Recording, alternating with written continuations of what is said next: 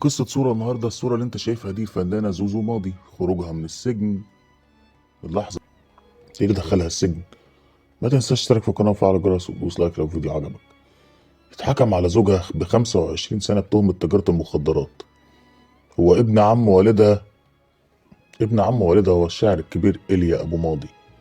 هي لبنانية مولودة في محافظة المنيا، درست في مدرسة فرنسية وكانت بتجيد 3 لغات.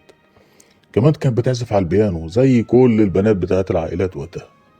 اتجوزت من ابن عمها وهي صغيرة جدا وما كانتش عايزة كده أصلا، وبقت أم لطفلين وهي عندها 15 سنة. حاجة صعبة جدا، دي صغيرة قوي. أبوها عارض بشدة العمل في الفن طبعا، لكن في الآخر عرفت تقنع جوزها.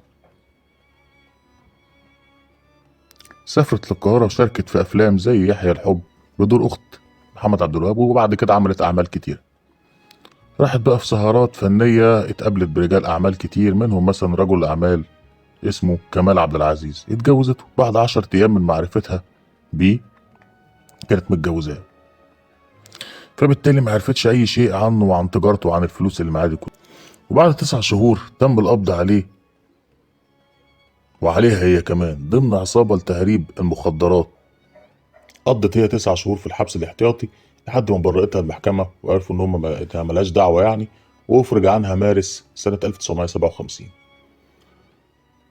جوزها بقى كمال عبد العزيز ده قضى طبعا اشغال شقه مؤبده، وبعدين لما طلعت هي وزعت كل ملابسها على المسجونات قبل ما تخرج، وبعدها توجهت طبعا الى منزل ايفون بنتها ايفون ماضي، واتعاقدت بعدها على 4 افلام جديده منها سيده القصر امام عمر الشريف وفاتن حمامه. وبعد كده سنه 58 خدت حكم بالطلاق من جوزها رجل اعمال مسجون. بعد كده عملت مشوارها الفني بقى وعملت الادوار الكتيره اللي احنا عارفينها.